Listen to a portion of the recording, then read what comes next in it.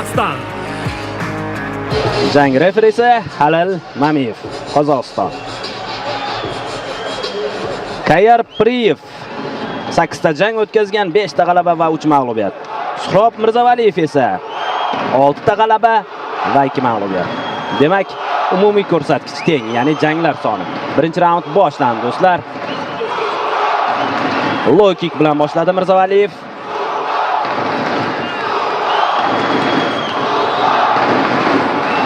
Yosh farqi ham unchalik ko'p emas ekan, 2 yoshni tashkil qiladi. Atiga hamyurtimiz biroz kattaroq, 28 yoshda. Yaqin masofadagi jang.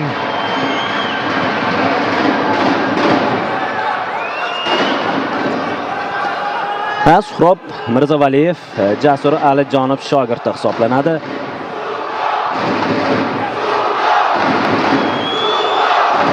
Ruslar qo'llab-quvvatlashini menimcha hamma eshityapti. O'ng qo'l o'tdi Mirzavaliyev. High kick. Bu yerda yaxshi zarba high kickda. Yana bir o'ng qo'l zarbasini o'tkazib yuboryapti. Beriyev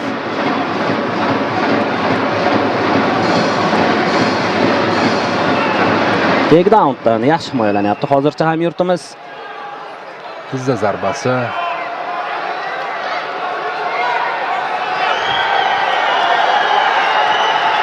Beriyev hozircha nazoratni ushlab turibdi, mana bu yerda takedownni amalga oshiryapti. Mirzavaliyev jang parteriga ko'chdi do'stlar. Birinchi hozir biroz noqulay holatda qolib ketdi. Birinchi takedown Priyev hisobiga yozilyapti.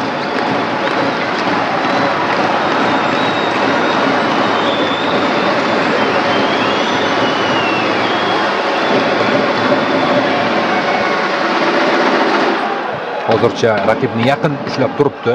Suhrob Gard holatida davom etyapti jang. Endi bu vaziyatdan chiqishga harakat qilish kerak baribir. Mirzavaliyev hali vaqt bor. Birinchi raundni o'z hisobiga yozdirish uchun bu vaziyatdan chiqib ketish kerak.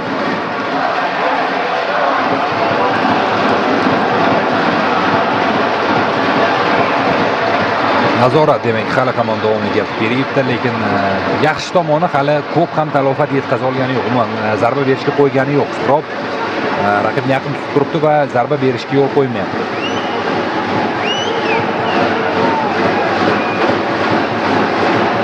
Mana bu yerda chiqib olish imkoniyati bo'ladi.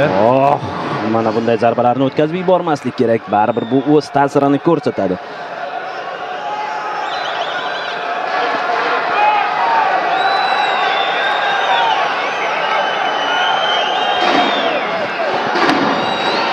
Stoydil harakat qilyapti Mirzavaliyev, lekin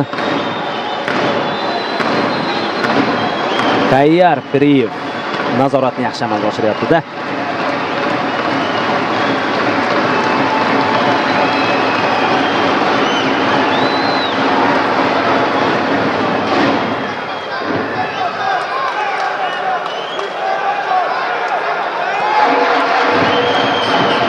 Referiga murojaat qilib qolamiz, albatta agar biroz sekinlashsa jang.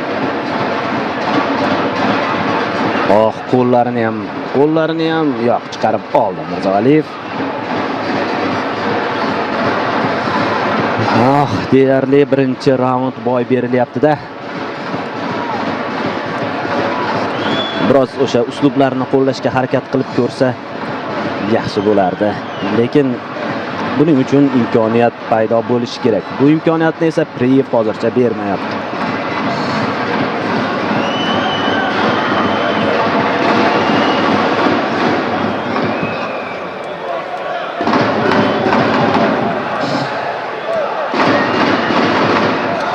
Bu kartda demak 3 ta ozarbayjonlik jangchi bor ekan o'zi.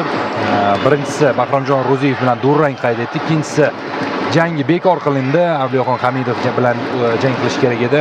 Aynan uchinchisi Beriyev Suhrob Mirzavaliyev bilan jang qiladi. Oyoqqa tura oldi Mirzavaliyev, lekin vaqt ketib bo'lganda so'nggi 25 soniya. Birgina aniq zarba jang taqdirini hal qilishi mumkin. O'sha zarbani kutib qolamiz Mirzavaliyevdan. Mayli, hali oldinda 2 raund bor, lekin yana bir takedown yozildi Priyev hisobiga. Mountga o'tib ketishga bermaslik kerak. So'nggi 5 soniya. Mayli, barchasini keyingi raundlarga qoldiramiz Shohruh. Birinchi raund to'liq ustunlik ozarbayjonlik jangchi tomonida bo'ldi.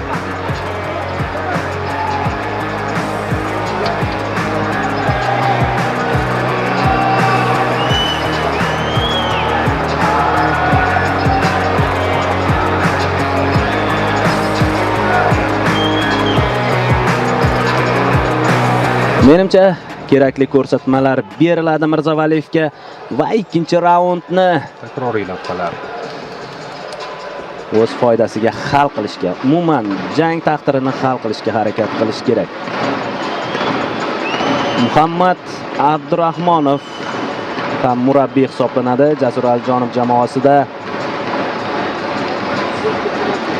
Nazarimda burchagida ko'ringandek bo'lgan edi ushbu mutaxassis ham.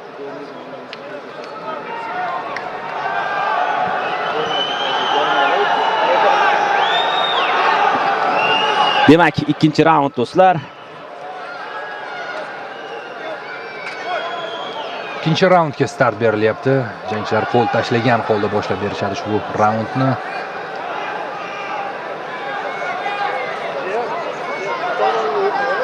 Middle kick.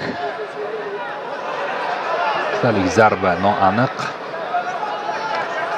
Round kick o'xshamadi. Bu safar o'xshamadi. Biroz masofani saqlash kerak Mirzavaliyev. Ko'rdik, Ozarbayjon vakilining kurashi anchagina kuchli ekan.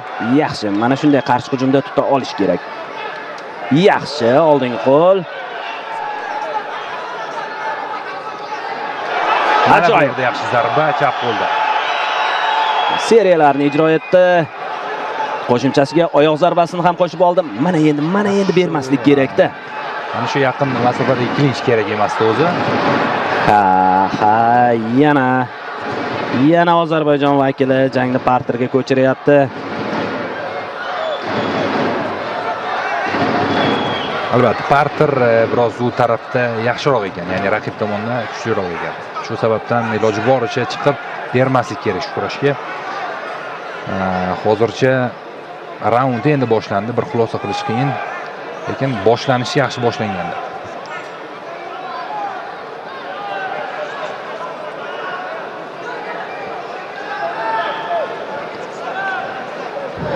Gard holatida davom etyapti jang. Birinchi raund ssenariysi davom etyapti.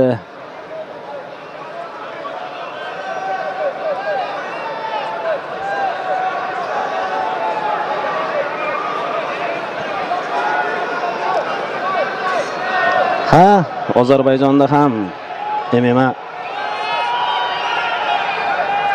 asta-sekin rivojlanib boryapti. Bilasiz, yaxshi darajadagi, yaxshi saviyadagi jangchilar bor. O'sha Rafael Fiziyev ham Ozarbayjon sharafini himoya qilyapti UFC'da. Tahir Abdullayevni, o'sha Xotanboynazarov sobiq raqibini eslatib o'tishimiz mumkin. Biz esa jangga qaytamiz. Burchak uslubini yo'qqa chiqardi raqib. Lekin Shohruh ikkita jangchimiz chempionlik kamari uchun Ozarbayjon vakiliga qarshi oktagonga ko'tarildi. Uslubiga o'tib olishi mumkin mana bu yerda. Yaxshi. Amalga oshadimi? Timura bu yerda ham oyoq bilan qo'lni qayiryapti. E'tibor bering. Endi yetarli bo'lmasa qo'lni ham qo'shib yuborish kerak yordamga. Bir ikkita zarbalar yo'llashning imkoni yo'qmi? Iloji boricha qo'lga aksentim qaratgan, qayerib olgan yaxshigina. Qanday tarzda? Bir qo'l o'chiq lekin ajoyib uslubda turibdi hozir. Yaxshi, mana zarbalarni yo'llay boshladi Mirzavaliyev. U dosh beryapti. Lekin oltinga teng hozir holat bo'lyapti. Iloji boricha foydalanish kerak. Lekin chiqib oldi, mana qo'llarni chiqarib oldi. Lekin baribir talofat yetdi Shohruh aynan o'sha qo'liga. Umid qilamiz agar qandaydir endi jarohatsiz bo'lsin degan umiddamiz baribir. sport avvalo do'stlik ramzi, bizga hech qanday jiddiy jarohatlar kerak emas. Lekin hamyurtimiz foydasiga o'sha vaziyat hal bo'ldi. Shuni o'zi ham katta natija.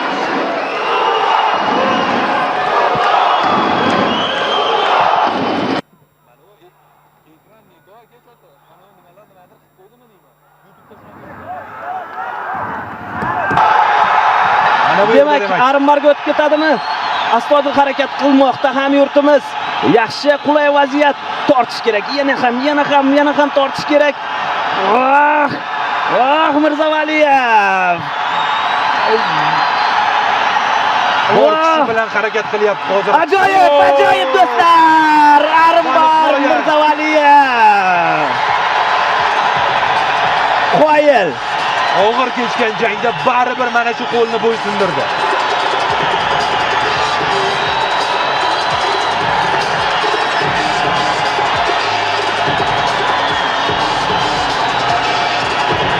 Demak, Suhrobbek Mirzavaliyev ushbu jangda submission, ya'ni og'riq uslubi bilan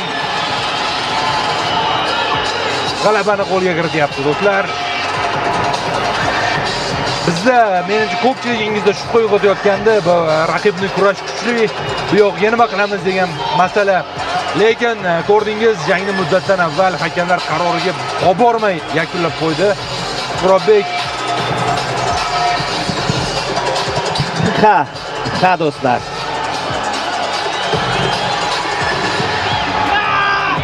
Jiu-jitsu MMA ga kerakligini mana shu epizoddan ham bilib olsangiz bo'ladi. Tabriklaymiz Suhrobni, murabbiylarini, yaqinlarini.